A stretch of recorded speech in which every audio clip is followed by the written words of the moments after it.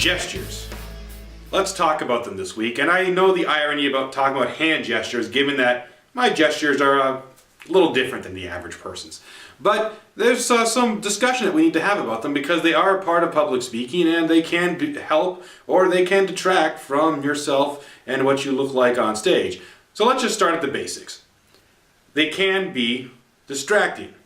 I come from Italian heritage, so I like to talk with my hands a lot. And there were times when I first started speaking, I was doing this kind of stuff all the time. And I was just like talking, I didn't realize that I was like talking to my nonna or something like that. And I realized that real quick, that was distracting to the audience. And some people thought I had some sort of nervous twitch or withdrawal symptoms from caffeine. So the first thing you have to do with gestures is watch yourself on tape. I know we don't all like to do that, but you got to watch yourself on tape and see if you have any distracting gestures or motions or just habits, especially with your hands. And if you do, then you have to work to correcting them. Bring them down to your side. Usually by your side is considered neutral, but really it's just about not having them all over the place, especially as you're talking. If you're trying to make a serious point like I'm doing now, it's not going to be that great. So make sure that you have your hands in control. Strategically, we can use gestures deliberately and be effective. For example, if you want to talk about the size of someone, right? My brother Johnny, and he's down here, is a little different than my brother Johnny, who's just slightly above eye level, or my brother Johnny, who's so tall he's off camera. Sometimes I like to talk about things conceptually, so I might have concepts that are in the air, and I talk about where to put them. It's kind of like a thought bubble, and that's another way. It's a little abstract, doesn't always work. You have to really do it deliberately, but you can do it that way. We can use our hands to make motions, right? So we can talk about like the curve of something that's going on, right? A slithering snake. Okay, I feel silly doing this, but you get the point. You can talk about that. Now the thing is, when you're doing those types of motions, you got to make sure that they fit with the presentation. They can't look planned. They have to be internalized and they have to be used in a really effective way. So those are a couple ways you can use the gestures. The one thing I want to make a point of when it comes to gestures is that they have to not look rehearsed or predetermined. They have to flow naturally. And that can be tough to do. That comes with practice. And just ask yourself, what's the point? If you're going to deliberately put a gesture into a presentation, what's that going to look like?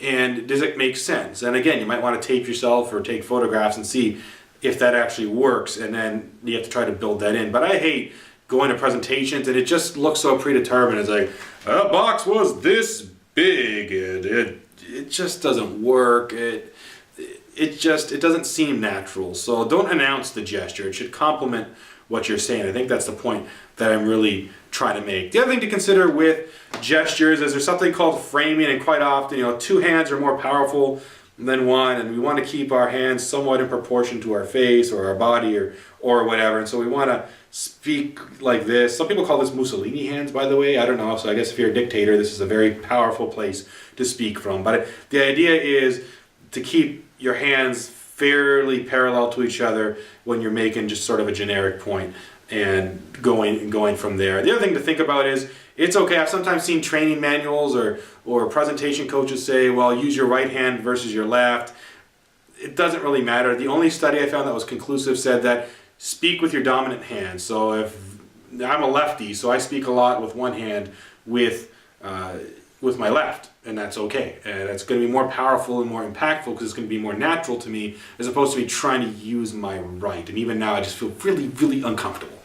Final point on gesturing, forgot to mention earlier in this video, is you can also use it to point things. You can do the weatherman thing, and it's over here. But quite often, if you look at different points on your stage, you can always point back to different points on your stage, right? You can look at like back then, and if your previous event was on that side of the stage, people will actually start to resonate. It's called the Hologram Principle. I'll talk about it in another video, but think about that. You can gesture to different points of the stage or back out to the audience, especially if you're asking them questions.